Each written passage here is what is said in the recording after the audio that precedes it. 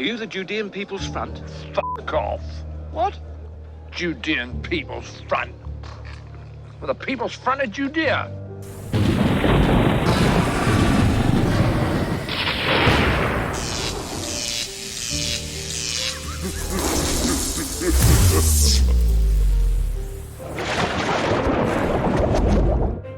Dr. Allison, I was just talking about the forgery, if we could, or if it was a forgery, of Morton Smith's Secret Gospel of Mark, and I thought, what about all the potential forgeries we actually have critical scholars say are in the New Testament? Some are disputing that James is authentic, but nope, some say no, James is probably a forgery in the vein of a Jamesian Christian, though, just like Paul. So the church thinks there's 14, at least if you go back historically. They count Hebrews because, well, 2 sevens, you got a special number there, and maybe they have other reasons, but ultimately, where do you fall on the scale? Can you take us through the 27 New Testament books? Really, the Gospels don't count because it's its own thing. Oh, yeah. But who do you think didn't write, and what? I don't think Matthew wrote Matthew. As I said in an earlier segment, I don't think John wrote John. I think the safest bet is that Luke did write Luke Acts. That involves all sorts of fascinating questions, but that's what I think. Mark, I'm just agnostic about where that comes from. As far as Paul goes, I am not with the evangelicals, and I'm not with the mainline consensus. So I think that Paul is somehow connected to Colossians. I don't think it's a pure pseudepigraphon. And I think if you look at, there's a little book John Barclay wrote on Colossians and Philemon. I think it's the best introduction to Colossians. And when he goes through all the arguments, you realize how close they are on both sides. And it's a very difficult decision. But I come out with Paul being connected with it somehow, okay? I don't think Paul wrote Ephesians. I don't think he wrote Titus. I don't think he wrote 1 Timothy. My problem was with 2 Timothy, and there are parts of 2 Timothy that sound to me like Paul. And so I'm actually attracted to the old theory of Harrison, an old British scholar who argued for a fragment thesis, which is that there may be some authentic fragments of Paul in the pastorals. Now that's an odd thing to argue, but 2 Timothy causes me problems. Okay, I was taught that Paul didn't write it, and I assumed for years that he didn't. But I'm just not sure about it. Okay, I do think Paul wrote 2 Thessalonians, but if you know scholarship, beginning in the 1970s, more and more people have begun to question whether Paul wrote 2 Thessalonians. I still think he did. I think the arguments against that are they shouldn't carry the day. So that's my own view. So I'm with mainstream scholarship about some of that, but maybe not all of it. I don't think anyone knows who wrote Hebrews, right? I have argued at great length that James did not write James. I think it's a pseudepigraphon. I think it's written by a Jewish Christian in the 2nd century. I don't think it's a 1st century text. I think it's an early 2nd century text. If I had to guess, it's got some sort of Italian, Roman, origin. Despite being extremely Jewish. 1 Peter is always a mystery to me. I don't think Peter wrote it, but I have no idea how it came to be. 1 Peter is a total cloud of fog to me, all right? I can look at little pieces and say, I think I understand this, but the whole has always remained a mystery to me. I really don't know anything about it. 2 Peter, I wouldn't bet my soul that Peter didn't write it, but I'd wager a lot of money. This is to me, it's an obvious pseudepigraphon, and I actually think it's also 2nd century, and I think it may be second half of the 2nd century. I think it may be really, really late. I don't know who wrote 1st and 2nd and 3rd John. I don't think John the Apostle did. I just don't know who did. Jude, I've not spent enough time with Jude to have any serious opinion about it. right? It's not that big anyway. This is not that big, and you can make a case for it being written by Jesus' brother. It's a really odd text.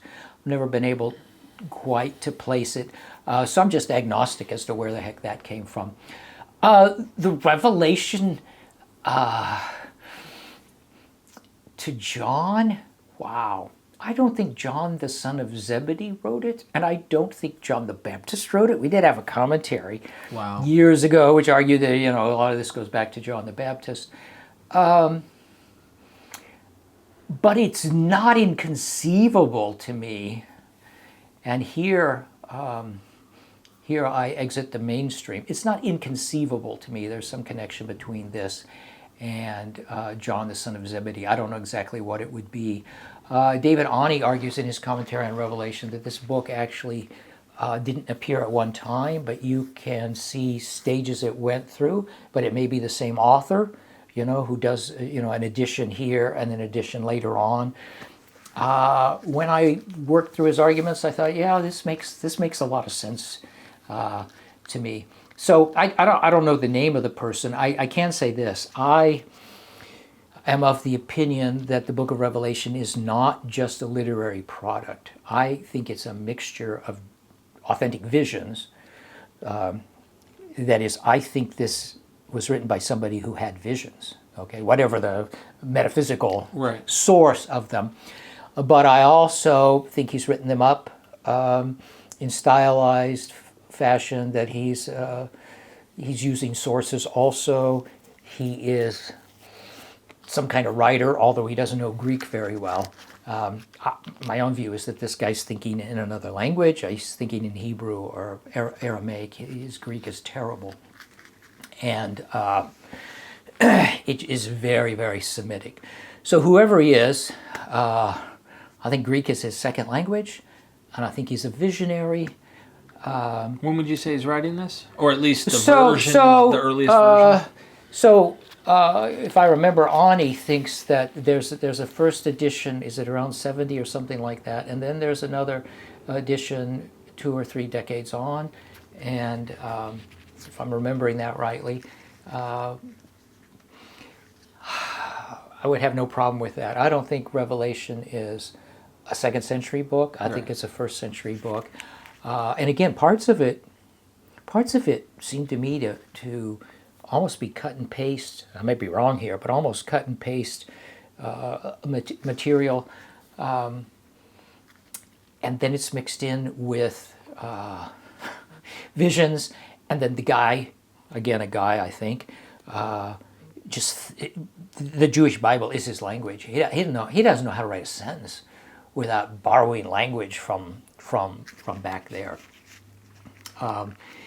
Actually, the main ideology of the text, this apocalyptic worldview, would fit, I think, one of Jesus' disciples, right? I'm not concluding that one of his disciples wrote it, but, if I die and I go to the great library in the sky and I learn that John the son of Zebedee... It won't shock you. It would not shock me. I'd say, that's very interesting. I didn't know that. Right. But I wouldn't say, gosh, how could I be so wrong about something? I just say, well, okay, all right. Something interesting that Dennis brings up that I just learned, he thinks that the author's suffering with PTSD because he's a survivor of the war. Of 70. Yeah, and that he's a survivor of the war, and he's living with constant paranoia, so to speak, of like, look, God hasn't done anything yet, but he will. He can't sit back and let this keep going. Look at what's going on. The saints are mourning. When will it be? They're under the throne. They're beheaded. And he thinks that there might... And, I mean, this is, once again, trying to analyze these minds. But his wife is, I think, a psychologist or something like that. And he said when I read this out to her, she's like, that really sounds traumatic. Like he's suffering with a PTSD, like any one of us would be if we saw what happened to Jerusalem or something. Yeah, so how would I know? I'm not a psychologist or a psychiatrist. But of course, these people are real people. Of course, they have syndromes, and of course, it's really hard to diagnose them from a distance, right? You can go back to Albert Schweitzer's old book, on the psychiatric study of Jesus, where he looks at what all the 19th century Germans did with Jesus and how they analyzed him psychologically and what they found and all the rest of it. And you also have to be careful when you're doing cross-cultural work. So I don't know, maybe PTSD manifests differently in different cultures, different times and places. Maybe there are cultures that don't have it. I don't know anything about it. I'm just talking off the top of my head. I get it. But the point is that we do usually read these texts as though, and we say things like I do, well, this person is a Jew, this person is apocalypticist, and so on. But aside from Paul, we don't do a lot of psychologizing, right? And maybe it's because we don't have enough material to work with.